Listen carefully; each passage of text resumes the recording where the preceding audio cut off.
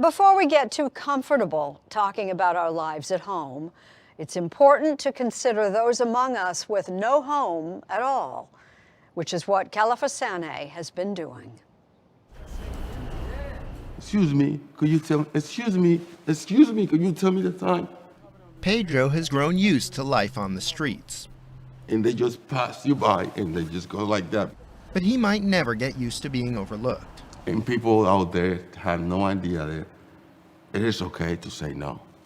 The story of homelessness is really lots of different stories. I don't have family. My mother's dead, father's dead. I got sick, wound up losing my work and everything. You just worry about staying alive, you know? Hi there. Happy Tuesday. The need for help is obvious. I can't stand out here no more. It's very tough. My life is a nightmare. And yet the problem seems stubbornly hard to solve. We're all confronted with the extraordinary challenges. So what is the incident that she's referencing? Mike Kaufman, the mayor of Aurora, Colorado, wanted to try something different. This was really a way in which I felt that I could understand it better.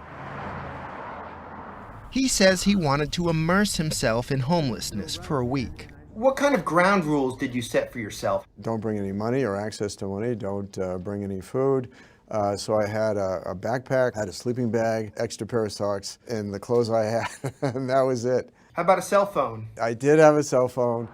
He says it served as a kind of panic button. The day after Christmas, Mike Kaufman promised to stay in touch with me, as well as a way to reach out to the local CBS station. I'm going to just periodically text you. and went undercover to live among the homeless. Why not do what most mayors would do? Maybe commission some reports, have some meetings. It seems like a lot of the things we're trying are not really working. This was an opportunity for me to sit down side by side with people experiencing homelessness and talk to them not as a policymaker, but really as one of them. And after eating and sleeping alongside some of his homeless constituents, this is not about a lack of shelter. It absolutely is not. It is a lifestyle choice, and it is a very dangerous lifestyle. We're not going to solve the problems for people with addictive disorders. We're not going to solve the people that have mental health challenges, but we will help those that have economic challenges in terms of being able to afford stable housing. I just think that we have to move away from the deserving, undeserving paradigm and really work towards what does the evidence show actually works. Mary Cunningham has been studying homelessness for more than 20 years. Homelessness has been with us for a long time. It increased significantly in the 1970s, and we responded by building shelters. On any given night, more than 500,000 people live in shelters and on the streets. But Cunningham says the shelter system only manages the problem. Shelters weren't really getting people back to where they needed to be, and that's in housing. And so in the 1990s, early 2000s, there was a response to homelessness that was more focused on housing. The approach, called Housing First, reverses the traditional model.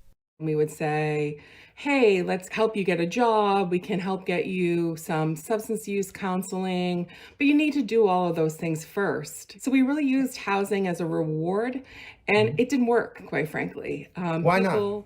Because it's so hard to do those things, get a job, work on your mental health problems when you're literally sleeping in a tent. So instead of giving housing second, third, or fourth, they gave housing first. And that showed to be really successful. Cunningham measures that success by seeing how many Housing First residents remain in their new homes over time. Her answer? 80%. That was the finding in Cunningham's study of a program in Denver, which is next door to Aurora, where Mayor Mike Kaufman did his own on-the-ground research. Why is it that you think that the so-called Housing First model can't work more broadly? I understand the notion that housing is so basic to the human condition that if you address that, not in a temporary way, but in a permanent way, that the other things will fall in place. I just don't think that that's realistic. We're not Washington, D.C. We have to have balanced budgets.